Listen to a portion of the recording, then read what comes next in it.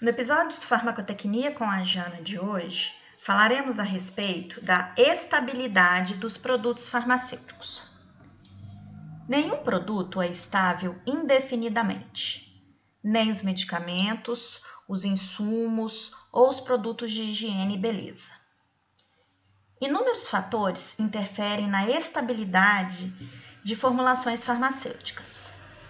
Além do tempo, fatores externos e outros inerentes ao próprio fármaco, excipiente ou à formulação definirão as reações de degradação ou outros tipos de instabilidades que ocorrerão. Entre os fatores intrínsecos, ou seja, inerentes ao próprio fármaco ou excipiente, merece destaque a natureza química das moléculas, sujeitas a diferentes reações de degradação, em função de grupamentos químicos e ligações específicas. No que diz respeito à forma farmacêutica, a presença ou não de água na formulação influencia grandemente na sua estabilidade, assim como a compatibilidade entre os seus componentes. Outros fatores, como o processo de fabricação, que pode ou não envolver a presença de calor e água, o tipo de embalagem e o material de embalagem selecionados para o produto, e as condições de armazenagem e transporte, bem como de armazenagem na casa dos usuários, também vão determinar a estabilidade dos produtos farmacêuticos. No entanto, os fatores extrínsecos, tais como temperatura, luz, presença de oxigênio e umidade, aos quais tanto os insumos quanto os produtos acabados estão expostos, são determinantes para a manutenção da sua estabilidade. Segundo a Farmacopeia Americana, estabilidade pode ser definida como a extensão em que o medicamento mantém, dentro de limites especificados e durante o prazo de armazenagem em uso, as mesmas propriedades e características apresentadas por eles no momento da sua preparação. Ainda, de acordo com a Organização Mundial de Saúde, estabilidade é a capacidade dos produtos farmacêuticos manterem suas características químicas, físicas, microbiológicas e biofarmacêuticas, consoante suas especificações, durante todo o prazo de validade dos produtos. Neste cenário, faz-se necessário estabelecer um período de tempo dentro do qual as formulações farmacêuticas manterão seus parâmetros de eficácia, segurança e qualidade em conformidade com especificações adequadas ao uso. Parâmetros como teor de fármaco entre 95% e 105%, ou 90% e 110%, conforme a literatura, carga microbiana inalterada e ausência de produtos de decomposição que causem toxicidade, são aqueles que devem ser mantidos para que o produto seja considerado estável e compatível com o prazo de validade recomendado. Portanto, prazo de validade pode ser definido como o período de tempo no qual um produto mantém, dentro dos limites especificados e em todo o seu período de utilização, as mesmas propriedades e características que ele possuía no momento da sua fabricação, seja em pequena ou grande escala. O prazo de validade para os produtos industrializados é atribuído pelas indústrias farmacêuticas com base na realização de ensaios de estabilidade conforme legislação vigente. Os estudos de estabilidade são realizados durante o desenvolvimento farmacotécnico dos produtos, para fins de registro e para acompanhamento do prazo de validade atribuído para os mesmos. Nos ensaios, um número representativo de amostras de diferentes lotes, como recomendado pela legislação, são submetidos a testes em condições acelerada ou de longa duração, com variação dos parâmetros temperatura, umidade e luz. Os ensaios são realizados em câmaras climáticas ou em salas climáticas, conforme a fase na qual está sendo realizado.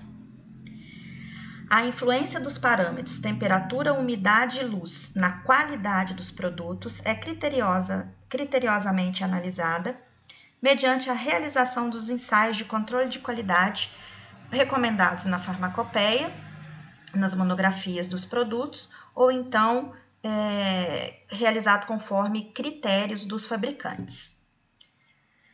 O número de dias nos quais as variações dos parâmetros estudados são consideradas aceitáveis, nomeadamente a alteração do teor, representa o prazo de validade dos produtos e o seu cálculo é feito empregando modelos matemáticos em softwares. O prazo de validade dos medicamentos industrializados, ele deve ser indicado nas embalagens primárias e secundárias dos produtos, na forma dia, mês ou ano, ou somente mês e ano, sendo que nesse último caso o vencimento é o último dia do mês. E ainda recomendações acerca das condições de armazenagem devem vir inscritas nas bulas dos produtos e durante a armazenagem domiciliar ou para transporte nos fornecedores e nas drogarias, essas condições que são recomendadas pelos fabricantes, elas devem ser observadas, uma vez que o prazo de validade atribuído, ele se baseia nestas condições. O estabelecimento do prazo de validade pelos produtos industrializados, como apresentado anteriormente, é um processo complexo, ainda é demorado e oneroso e não é factível de ser reproduzido para os produtos manipulados, que são preparados sob prescrição e de forma individualizada em pequenas quantidades. Para os produtos magistrais, o termo prazo de validade é substituído pelo termo prazo de uso, ou Beyond Use Date. Este prazo de validade pode ser entendido como a data limite para a utilização dos produtos manipulados, definida pelo farmacêutico, segundo critérios específicos para cada formulação e condições de conservação, de forma a garantir a sua segurança, eficácia e também a sua qualidade. Para os produtos manipulados, o prazo de uso recomendado deve ser enquanto durar o tratamento ou deve ser seguida a recomendação da farmacopeia americana para sua atribuição, o que for menor. O prazo de uso recomendado pela farmacopeia americana para formulações não aquosas, como cápsulas, como pomadas de base oleosa, por exemplo, ou supositórios, deve ser de no máximo 180 dias. O prazo de uso para formulações tópicas contendo água deve ser de no máximo 30 dias e para formulações orais, portanto de uso interno, aquosas, este prazo de uso deve ser de no máximo 14 dias. Mas o que justifica a recomendação de um prazo de uso tão curto para os produtos preparados nas farmácias magistrais, quando comparados aos prazos de validade dos produtos industrializados? Bem, além da inviabilidade da realização de ensaios de estabilidade, a incapacidade de prever como e quando ocorrerá a degradação do fármaco limitam o tempo de uso das formulações manipuladas. Inúmeras reações de degradação química ocorrem em produtos farmacêuticos a determinadas velocidades e condições, tais como presença de solventes, concentração dos componentes, temperatura, pH do meio, presença de oxigênio, exposição à radiação e presença de agentes catalíticos. Estes parâmetros afetam a cinética de reação de degradação do fármaco e é impossível prevê-la sem a realização de ensaios de estabilidade.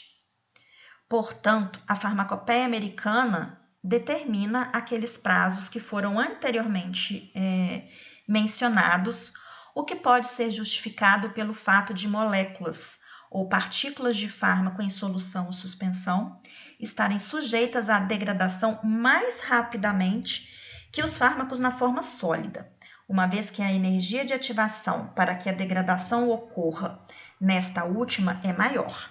Portanto, eu preciso dar mais energia para aquele fármaco presente numa forma farmacêutica sólida poder sofrer degradação quando eu comparo, então, com as formulações líquidas ou semissólidas. Moléculas dissolvidas em solventes, nomeadamente a água, que tem maior mobilidade, requerem menor energia de ativação, já que permanecem em movimento. Assim, pode-se considerar a estabilidade dos fármacos como sendo maior nas formulações sólidas, seguidas de semissólida ou sólido-plástica, e finalmente da líquida ou gasosa, que são aquelas formulações nas quais o fármaco apresenta menor estabilidade. E, por consequência, a formulação como um todo também apresenta-se menos estável. Sob o ponto de vista farmacotécnico, conhecer o perfil de estabilidade dos fármacos, relacionado à sua natureza química e à presença de grupamentos e ligações químicas que favoreçam a ocorrência de reações de degradação, é fundamental para o desenvolvimento correto das formulações, pois permite a definição da melhor forma farmacêutica a ser preparada, com ou sem água, favorece a seleção dos recipientes a serem incluídos na formulação, por exemplo, a escolha de antioxidantes, sequestrantes ou conservantes. Permite a escolha do melhor veículo ou base para o preparo da formulação. Oportuniza a escolha da embalagem mais apropriada. Nós veremos mais à frente que as embalagens interferem grandemente na estabilidade dos produtos. Auxilia na definição das condições de armazenagem, transporte e armazenagem domiciliar e ainda ajuda na prevenção de incompatibilidades da formulação. Juntamente com a solubilidade, o perfil de estabilidade dos fármacos definirá a forma farmacêutica a ser preparada, bem como os componentes das formulações, como anteriormente mencionado. Determinados fármacos que requerem a administração oral somente são encontrados em formas farmacêuticas sólidas, cápsulas, comprimidos ou grânulos, ou, quando necessários, são preparados na forma de suspensões extemporâneas. Ingredientes farmacologicamente ativos como a nifedipina, a hidroclorotiazida, o ácido acetilsalicílico, o captopril, entre outros, somente estão disponíveis comercialmente na forma de cápsulas ou comprimidos. Outros, como a amoxicilina triidratada, o cloranfenicol e a cefalexina, podem ser incorporados em suspensões. Como pode ser visto aqui, esse é um exemplo de fármaco que sofre hidrólise, a hidroclorotiazida. Ela é degradada em meio líquido, em solução, a clorotiazida e outro produto de degradação, bem como a cefalexina, que também sofre hidrólise, o ácido acetilsalicílico e o cloranfenicol. Estes dois estão presentes somente em formas farmacêuticas orais sólidas, enquanto a cefalexina pode ser encontrada na forma de suspensão e a hidroclorotiazida somente na forma farmacêutica sólida. Porém, podem ser preparadas suspensões extemporâneas do fármaco para atender a farmacoterapia pediátrica. No próximo episódio, aprenderemos sobre os tipos de instabilidades e como podemos minimizá-las empregando artifícios farmacotécnicos.